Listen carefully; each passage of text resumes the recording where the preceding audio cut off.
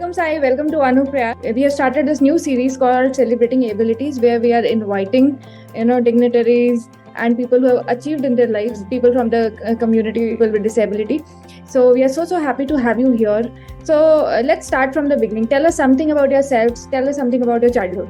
So first of all, thank you so much for having me in the Celebrating Ability session done is organized by Anuprayaas. Kudos to the whole team for organizing such session where people like us are coming and sharing the journey so that a lot more people can get inspired and get motivated. So myself, Dr. Sai Kaustuv Dasgupta, people call me Wheelchair Warrior of India. And professionally, I'm a graphic designer, motivational speaker, and India's first differently able certified happiness coach. And my passion is singing. And also I do, I meet people, I learn so many good things. I'm also a goodwill ambassador. I run a virtual community called Happiness Unlimited. I'm an author of a book which get translated into 10 languages. And I'm also 16 world record holder along with Guinness and Limca. So that's quite introduction for me. I'm based out of Bangalore now and wearing a yellow and black t-shirt with a round hair along with me. Happy we are to see you here, and you hold multiple hats and so much of you have achieved. So sharing your journey, I would want to start from your childhood. How was your childhood like? Your family and growing up. So give us a little brief into your childhood before we come to where you are today. Definitely. So I was born in a place called Siliguri.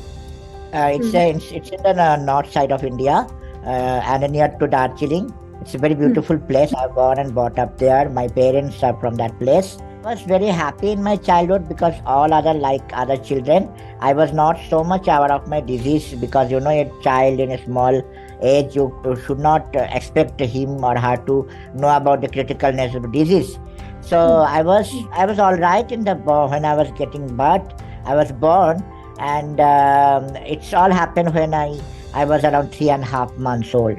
So the disease got diagnosed much later, but first fracture officially, if I said, it happened in 3.5 months old when I was a baby. And my mom figured it out.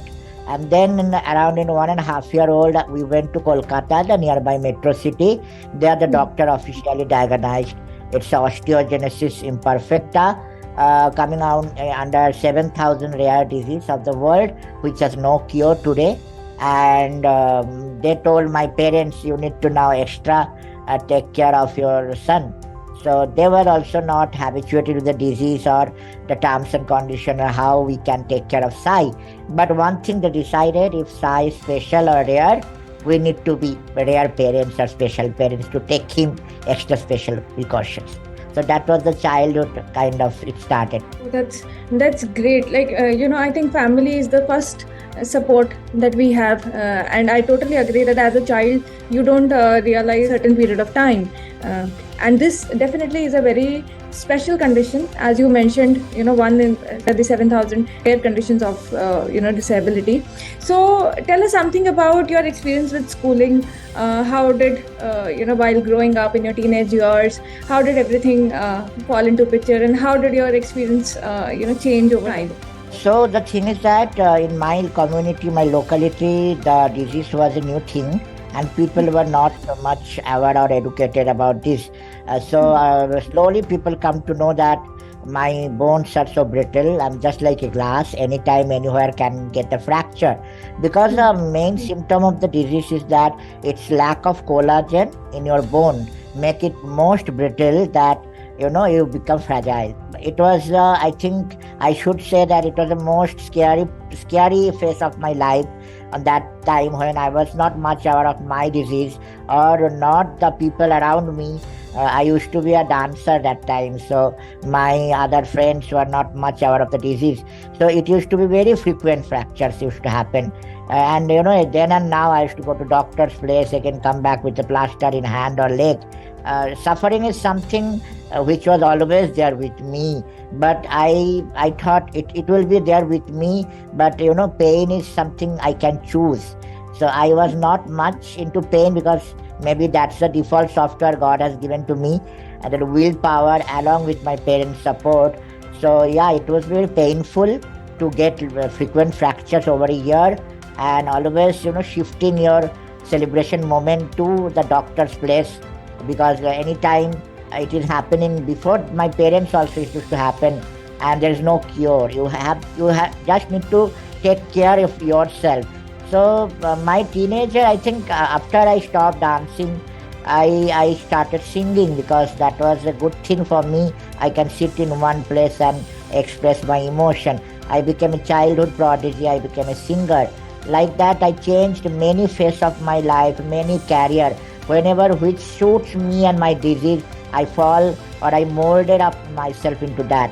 And I think that's the biggest thing in my life, that I never said no to myself, or my parents always made me go ahead. Whatever you want to pursue in your life, you want to become a musician or you want to become a good student, they never sent me to special school.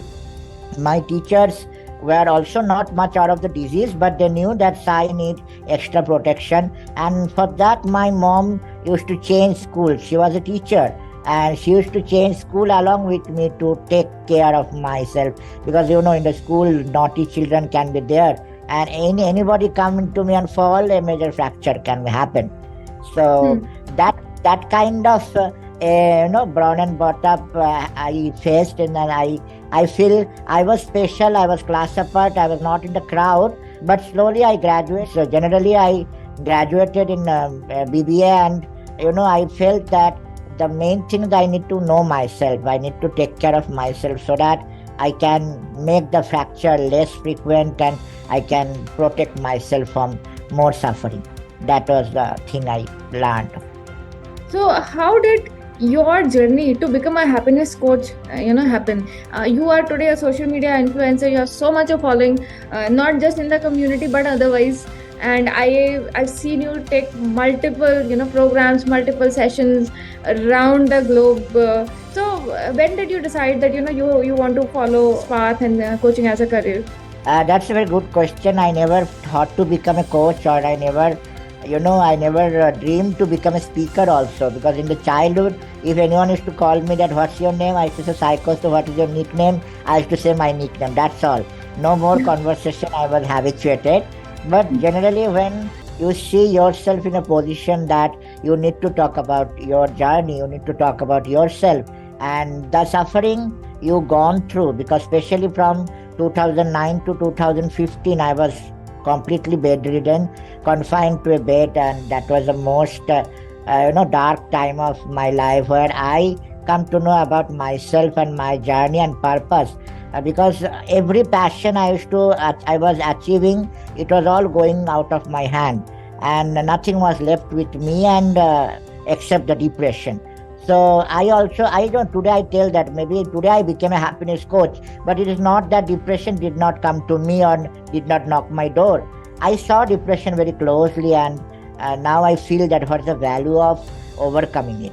So gradually when I became a singer, then we moved to Andhra, I started my life again there, and then this 6 years of break, then I became a designer to change my life, to make it a little colorful. With one finger I started designing. Because of the side effect of 50 plus fracture, my body just made like a doll. I can't move anything except that one finger of my left hand. But I thought I should not break myself, because I need to do something for my parents and something for the community, and that can start when I help myself. So I tried my best. I did diploma and I started learning designing, and from the designing it started the motivational journey of becoming a speaker or coach. Because when I saw people are happy, people are smiling by seeing my design, I got confident that it is not a limitation that I am doing with my one finger, but the output is that matters. And I never felt my graphic design will reflect my disability. That was a very strong thing in my mind. I should not be known as a disabled designer. I should be as well as professional designer, and my design should reflect that. So that took some time, but generally, when you practice, you get result. I became now an employee of a MNC, working for international client. Then I thought I should go out and meet people and see the condition of India in the terms of accessibility, inclusion, and all. That's the time I found the gap of happiness and the gap of necessary of how people are reacting towards our community, what's the mindset people are having. So then I became certified happiness coach from Florida Academy, and I started taking sessions, and now I think more than 1,000 sessions I have taken so far around the world, online or in person. That's such a huge number. Talking about depression in general in our society, this is a topic that we are not very comfortable talking about, and people are not aware of it, that they are going through depression at times, and if they are, they don't have environment enough where they can go for counseling. So what kept your spark moving in those times, and how did you manage to pull yourself out so motivated that it's not easy to you say it so easily that you were a dancer, then you became a musician, and then you moved to graphic designing, but it takes lots and lots of mental strength if you have a support around motivated you to take all those steps. Definitely, Shakti. So I think time when there is no one, or you are down with depression and you feel that your issues are the most biggest issue and nobody is there to help you, you are alone, and you find that nothing is helping you out, and you started all the negative things in comes in your mind. That's the time I think we need to seek help. We need to ask for help, and it's all okay to ask help. Sometimes people see that the beautiful things. When I go to the stage, I talk about my life, people give standing ovation, they clap and all. But sometimes people fail to see that what all the things, as you said, I gone through to come in the stage and talk to the people. So I think it is all we need to get valued of our failures, our barriers, all the difficult things which we have gone through life. Then only you can see that top nice iceberg in the surfing in the ocean. Nobody see the underneath biggest huge humongous thing which making it balance over the ocean. So I feel becoming a happiness coach, or as you said, an influencer or a youth icon for the India or globally, it was not a one-day thing. My parents were main motivator. Along with that, I also had to work on myself. So I always feel that self-help or self-motivation, self-love, or most importantly, self-acceptance. The way I accepted it is a very difficult thing. But I believe if you can accept yourself the way you are, if you are in a wheelchair, if you are able, or if you are not looking good, if you have anything deformities in your life, if you can accept it, you are the most happiest person. Then world will come and recognize you. So the gap of self-acceptance, gap of circumstances in your life or the community, how they are taking you. So that was the thing I did work on that, because I never made my remote control to go in someone's hand and operate it the way they wanted to operate. I felt it should be my choice. I should take charge of my life.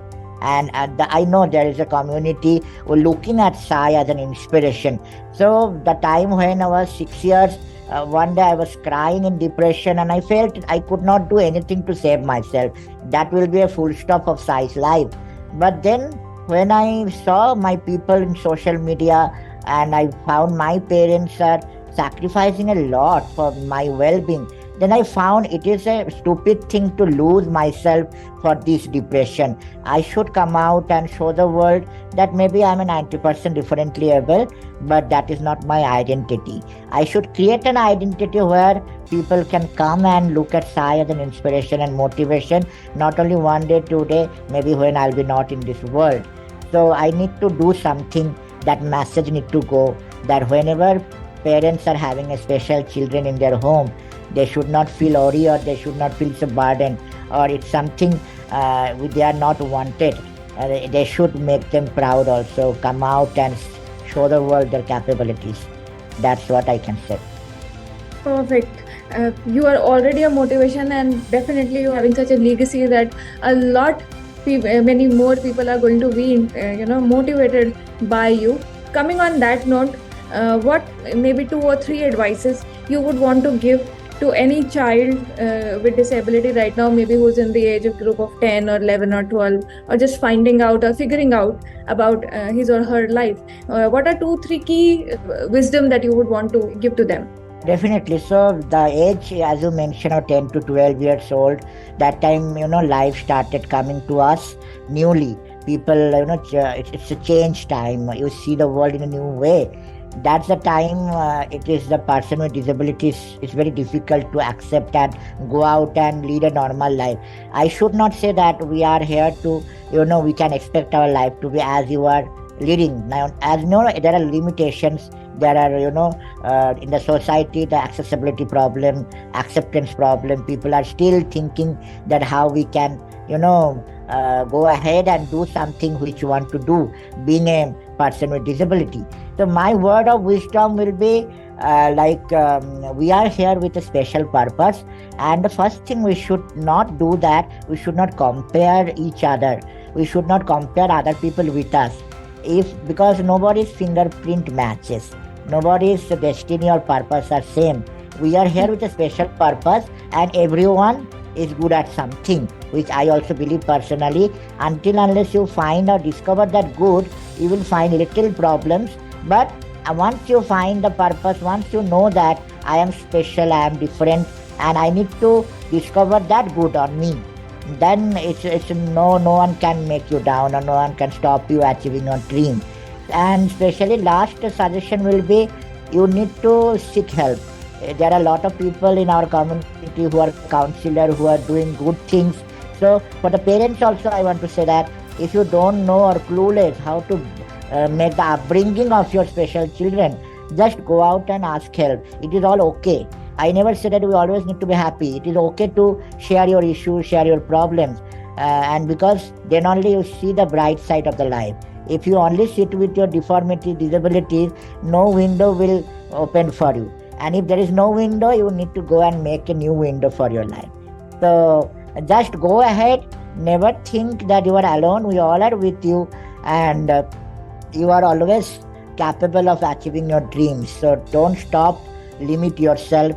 Be unlimited, and be exceptional in your journey. Absolutely brilliant. That's a wise advice for children of that age, and that is one age group that we really want to go ahead and motivate and help them find their purpose in life, because we think that that's the age group where children actually find out and figure out and start molding the way they are going to have their life. Making the conversation a little lighter, tell me, what is your favorite book and what is your favorite movie? That's a good thing. Book, I have written my book, so absolutely it's my own favorite book, whatever I authored. But apart from that, one of the very good book I loved always, that is Autobiography of a Yogi, written by Paramahamsa Yogananda. Being a spiritual guy, I always felt that music, spirituality, getting connected with the higher self always help us if you are in this community, because there are a lot of negativities in the world. Lot of people are always ready to say no to you, and they are in your doorstep to stop yourself from getting success. But that's when spirituality helps us to break this mindset up or go ahead and fly high in the sky, balancing your karmas and know who you truly are. Because all the deformities and disabilities are outside in our body, physical body, but our souls and mind are 100% able. So I learned that from that book. And one of my favorite movies, Iqbal, because I met the director, and I am very much fond of the music of that Iqbal movie. It was around a deaf and dumb cricketer, and Iqbal made me learn that. That's a beautiful movie. Iqbal. So there are a lot of other movies also I see, but the song Asha from Iqbal actually changed my life in many ways. Whenever I sing it, I feel motivated, and I have seen that a lot of people are getting inspiration by listening the music or song of the Asha. So I have sung it around 500 times till now in different sessions. So I also got fortunate to sing it in front of the director of the Iqbal, Nagesh Kukunurji. So that is one of my favorite movie. Apart from that, I I am always watching all the Bollywood movies and Hollywood. I am very fond of 3D movies, cartoons, and all. Especially recently, I saw Tali by Susmita Sen because I also am a good ally of LGBTQ. I talk with the people from that community. I've taken several sessions for them. So that was one of the best, I think, great film recently I watched with my family. Look forward to watching Tali. I watched Iqbal, I've not watched Tali, and definitely Autobiography of Yogi is one of my favorite books as well. So apart from, like, we were talking a lot about work, and then I've come to movies and books. So what do you do in your free time otherwise, when you're not coaching and when you're not working? So what are your hobbies, and what do you prefer as a me time? Me time, I spend myself with music. I spend my time with my family. We all sit together. We talk about, like a study circle. We talk about some positive things, or we watch a good motivational video. I'm a good fan of Gaurav Gopal Das and Vika Shivani and all the people. I listen them. I always learn something new from them. And my favorite me time to get some good dishes made by my mom. I taste them. I experiment. I tell her to do some unique dishes, and that's how I spend. And sometimes I go out. I live in a community. I go out, I meet people, I greet with them, and I try to learn how they are doing in their life and how I can connect with them. So always I feel there is a scope of learning and connection. How much you connect with the nature, connect with the people, and connect with yourself, that helps you to raise high your career and everything. I totally agree to that, and that's such a growth mindset that you have. So, Sai, you have also traveled, abroad places. So, what is one of the major differences that you find outside that you would want? I'm sure, I know that our country is growing and we are changing, and there's a lot of good work happening. But what is one thing that you would want to change? Maybe in the system or in the society, as a community, what can we do better? First of all, for your information, or for all the people who are watching me or listening this, I actually have not made to abroad yet. I have gone there virtually to the 7 countries, and the reason is being the condition which I'm going through. It's a locomotor issue, locomotor disability, and my bones are so brittle. So unfortunately, there is no flight authorities, or there is no flight who made me assured that I can travel safely yet. It's a sad to share here. If anybody in the audience who are watching me or listening me have any idea how we can solve the issue, because for a person with brittle bone disease, I'm not alone myself, from the community where everyone is having this disease, or everyone who is facing trouble, in the wheelchair confined people, they don't find it easy to go in a travel by air, because a lot of formalities are there. They will make you to sit in another chair, and it's all not so easy. So I have in my bucket list to go with my family to Dubai. I need your blessing, need your prayer that it happens. So I am constantly in touch with the big authorities, but no result has come yet. But the next question, as you asked, what I want to change. I know my friends are there in other countries. They're calling me and they're asking the same thing, that you come here and see what they are doing and how you can implement them to India's roads or India's society or in the accessibility system, the ecosystem we are belonging here, how we can bring little change. But I always believe, my personal experience, that the one thing I want to change first, if I have the power, that's the mindset of the people, because change starts from your home. And until unless we inspire and motivate people around us, the bigger change in the society is very difficult to come. I know government are doing a great job making people accessible to places, but it's all happening in the high time, all the bigger place. If you go deep in the rural area, in the villages, people are still struggling with the wheelchair. A lot of people are not aware of what is ramp. Yes. So for the deaf and dumb, for the blind people, for the different disability, people are still struggling to lead in a normal life, getting the basic necessaries. So it all starts your mind.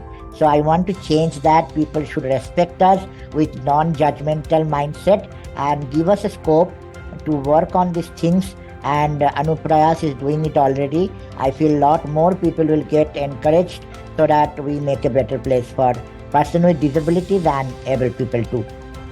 Yes, definitely. Yes, one very a kind of topic that not a lot of people talk about, specifically when it comes to accessibility and air travels, which looks very not even discussed topic for in general in the community. But when you work on it, you understand that how big a difference this makes to somebody's life. Even basic ramps and having good infrastructure is such a base to the country, to make change. And yes, as you said, the mindset of people.